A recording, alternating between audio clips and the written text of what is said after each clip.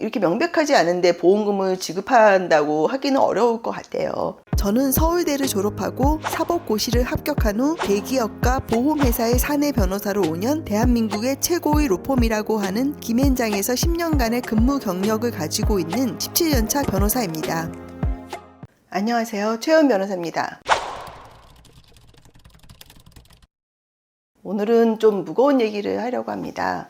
오늘의 주제는 자살보험금 청구에 대한 내용입니다. 사실 자살을 하면은 이 자살은 고의로 자신의 목숨을 끊는 거기 때문에 보험금 지급 사유가 되지 않습니다. 그런데 생명보험 같은 경우에는 보험 가입 후 2년이 지나면 자살의 경우에도 보험금을 지급을 합니다. 오늘 얘기하려는 거는 이 생명보험에 가입 후 2년 후 자살도 보험금 지급한다, 이 얘기를 하려는 건 아니고요. 이 자살인데도 보험금을 받을 수 있는 경우가 있어서 이 두 가지 경우를 제가 설명을 해드리는 겁니다. 첫 번째는 자살 여부가 다퉈지는 경우가 있습니다. 대표적인 게 추락사 같은 경우죠. 아파트 1층에서 사망한 채 발견됐는데 이게 자살인지 추락사인지 애매한 경우가 있습니다. 보험사는 이런 경우에는 대부분 자살이라고 인정을 하고 보험금을 지급하지 않습니다. 근데 유족 입장에서는 자살이 아니라는 판단이 있고 자살할 이유가 없다 그러면은 충분히 이 경우는 다투실 수 있고요. 근데 이 경우에도 이분이 자살이 아니라는 거는 유족이 계약자 측이 이제 입증을 해야 됩니다. 근데 그 입증을 하는 방법은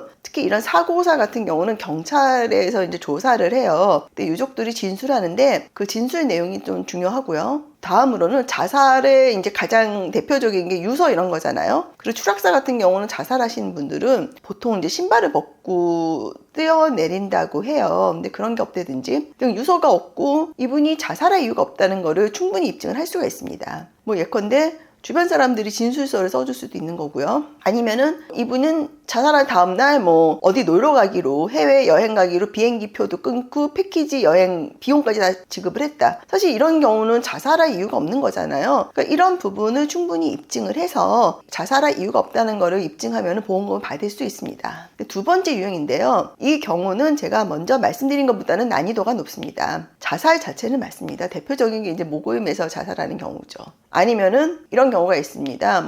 극도로 혼란 상태, 부부싸움이나 이런 경우에서 나 죽을 거야 하면서 뛰어내리는 경우가 있어요. 사실 그거를 자살이라고 보는 거는 맞는데요. 문제는 우리 보험 약관에 보면은 이런 내용이 있어요. 지금 말씀드린 고의로 목숨을 해친 경우에는 보험금을 지급하지 않는다. 다만 피보험자가 자유로운 의사결정을 할 수 없는 상태에서 자신을 해친 경우에는 그러하지 아니하다. 고의로 목숨을 해친 거는 맞는데 그 고의가 자유로운 의사결정이 아닌 경우에는 보험금을 지급한다는 얘기입니다. 이게 되게 어렵습니다. 근데 이 경우가 어떤 경우가 있냐면 두 가지를 생각을 할 수가 있어요. 첫 번째는 음주만취. 여러분들 우리 소위 피림이 끊겼다는 얘기 많이 하는데요. 이렇게 피림이 끊기면은 내가 무슨 행동하는지 나도 의식 못하고 하는 경우가 많습니다. 근데 그러는 과정에서 목을 맨대든지 뛰어내리는 경우가 있어요. 그래서 이 경우에는 자유로운 의사결정을 할 수 없는 상태에서 자신을 해친 경우라는 것을 입증을 하면 보험금을 받을 수 있습니다. 되게 어렵습니다. 왜냐하면 음주만취는 보통 그 혈중 알코올 농도를 측정을 해야 돼요. 그리고 보통 혈중 알코올 농도 0.25%가 넘어야지만 이 자유로운 의사결정을 할 수 없는 상태라고 인정을 받는데 또 대부분의 판결이 그렇기도 합니다. 다만 예외적으로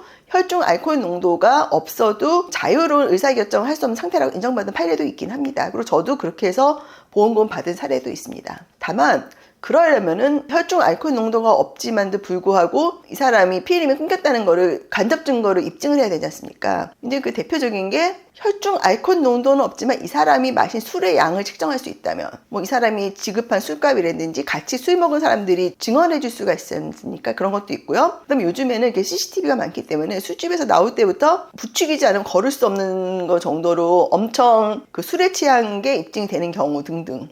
그리고 아까도 얘기했지만 이분이 자살할 이유가 없었다는 사유들, 그런 거를 잘 입증을 하면은 쉽지는 않지만 음주만취도 보험금을 받는 경우가 있습니다. 그 다음에는 자살은 맞는데 또 보험금 받는 경우가 이 정신질환에 의한 자살입니다. 이 심한 우울증 내지 정신분열 같은 경우에는 본인이 무슨 행동하는지 모르고 자살을 하는 경우로 판단돼서 보험금 받을 수가 있습니다. 근데 이 경우에도 아주 여러 가지로 입증을 잘 해야 됩니다. 기존의 정신과 치료 전력이 있어야 되고요. 특히 주치의가 이분의 우울증의 상태가 어떤지에 대해서도 충분히 잘 기술을 해주셔야 됩니다. 이 자살에 대해서 사실 보험금을 받는 게 쉽지는 않습니다. 왜냐하면 이 자살의 보험금을 보험금을 지급을 하면 이거는 모럴 해저드가 발생할 수도 있고, 또 보험사 입장에서는 이렇게 명백하지 않은데 보험금을 지급한다고 하기는 어려울 것 같아요. 다만 유족 입장에서는 또 보험금 받을 사유라 그러면 충분히 다투실 만한 그런 이유는 있는 거로 저는 보고요. 다만 이 자사의 보험금은 이게 난이도가 상당하기 때문에 반드시 보험 전문 변호사를 찾아가시기 바랍니다. 이 자사의 보험금 관련해서 문의사항이 있으신 분은 카카오 채널 최원 변호사로 연락 주시기 바랍니다. 감사합니다.